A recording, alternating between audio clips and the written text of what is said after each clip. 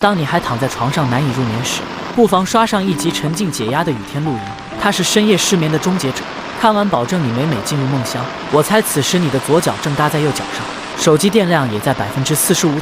赶快调好音量，钻进被窝，一起进入这场助眠的建造过程吧。在热带雨林的无人深处，老亨肩扛竹杠缓缓前行，空中的雨水打断了他。此处丛林温差大，雨水绵长，为了应对突如其来的湿冷，他不得不就地搭建临时庇护所。老亨选定了这棵茂密大树下作为地基，不仅能挡住部分雨水，还能背靠树干形成天然屏障。寒风夹杂着倾泻而下的暴雨愈发猛烈，老亨完善着竹杠搭建的地基，庇护所雏形逐渐显现。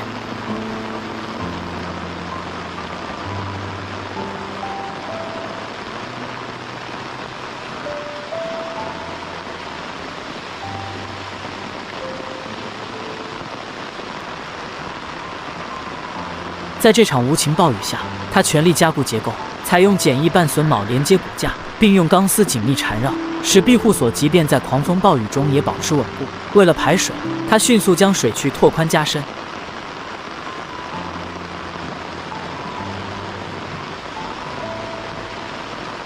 将上层框架稳固后，用粗丝紧紧缠绕固定。紧接着，老亨来到旁边，将竹木劈砍，随后一分为二，并将内部毛刺刮去，由此竹条来拼接出庇护所的框架。有了这么一个车轮形支撑架，紧随其后不断横竖交错，提高稳定性，最后就可以分离推至底座上面，利用此前劈好的竹扇拼在下半层。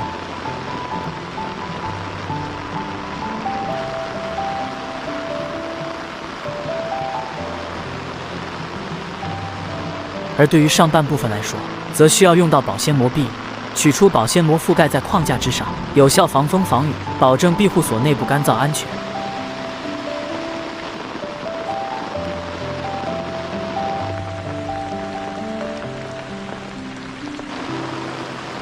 随着这场暴雨愈发猛烈，老马早就试裤衩子都湿透了，也就无心躲雨，而是尽快把下半部分的竹板完善。除此之外，这些竹杠还另有妙处，将其切块后逐一运到庇护所内，不断拼凑在框架的空位中，使得庇护所的前门密封，别有一番韵味。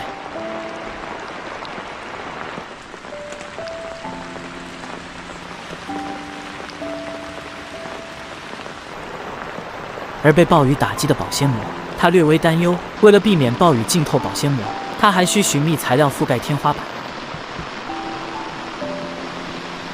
亚热带取之不尽的蔺草恰好可用，老亨将顶部固定竹条并缠绕钢丝，蔺草便能作为一张草席稀释雨水。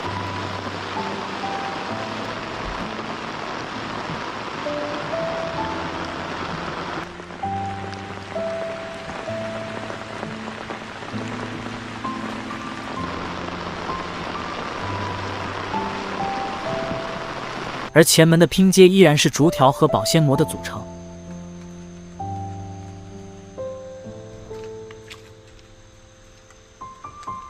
钻进内部时，顺手点亮一盏微弱的灯，天色渐暗时便显得温暖许多。饥寒交迫的他总算能够享用晚餐，随身携带的卡式炉让他大展厨艺。此时外面淅淅沥沥的小雨落下，而他却蜷缩在庇护所内，十分惬意。